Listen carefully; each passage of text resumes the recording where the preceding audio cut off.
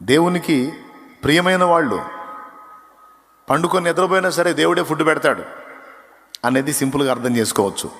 కొంచెం లోతులోకి వెళ్ళి ఆలోచించామనుకో, అక్కడ దేవునికి ప్రియులు అనగా ఇష్టులు, నిద్రించుచుండగా ఇష్టులు, ప్రియులు, నిద్రించుచుండగా ఇస్తున్నాడు.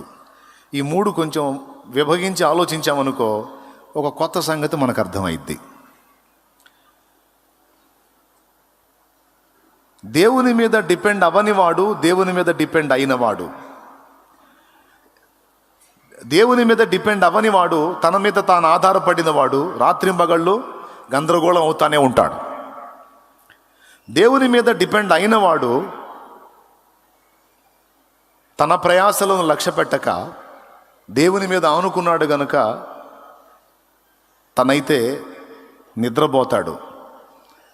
తెస్సలోనికీయులకు రాసిన మొదటి పత్రిక 4:13 నిద్రించుట అంటే చనిపోవుట అని అర్థం వచ్చేటట్టు మాట్లాడాడు.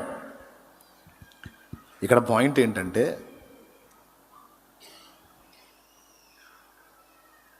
బాగా నిద్రపోతున్నాను మా ఇంట్లో నేను. మా పెద్దోడు చిన్నోడు పిల్లలుగా ఫైట్ చేస్తున్నారు అనుకుందాం. చిన్న పిల్లలుగా ఉన్నారు, వాళ్ళు ఫైట్ చేస్తున్నారు అనుకుందాం. బాగా నిద్రపోతున్నాను నేను పట్టించుకుంటానా?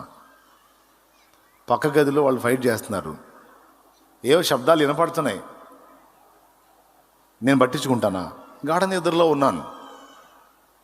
వీధిలో ఒకళ్ళు వచ్చి ఏదో నన్ను తిడుతున్నారు, నేను గాఢ నిద్రలో ఉన్నాను, పట్టించుకుంటానా? కొట్లాటని పట్టించుకోను, అల్లరిని పట్టించుకోను, దేన్ని పట్టించుకోను, నేను నిద్రమత్తులో ఉన్నాను.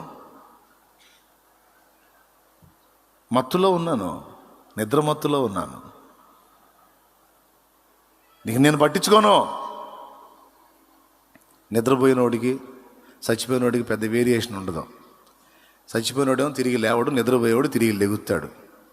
కావాలంటే మీరు నిద్రపోయేటప్పుడు ఫోటోలు తీయమనండి.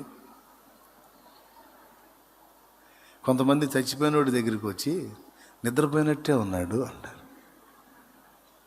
నిద్రపోయినట్టుగా కళ్ళు తెరిచి మాట్లాడుతున్నట్టు ఉంటాడా? లాజిక్ లేని ప్రశ్న. నిద్రపోయినట్టే ఉన్నాడు, అది నిద్రే పోతున్నాడు, మరి నిద్రే పోతున్నాడు. కాకపోతే మామూలు నిద్ర ఏమో గంటల నిద్ర, ఇదేమో కొంచెం సుదీర్ఘ నిద్ర. నిద్ర అని ఎందుకన్నాడు తెలుసా? ఆ చనిపోయినోడు కూడా తిరిగి లేచే రోజు ఒక రోజు ఉంది.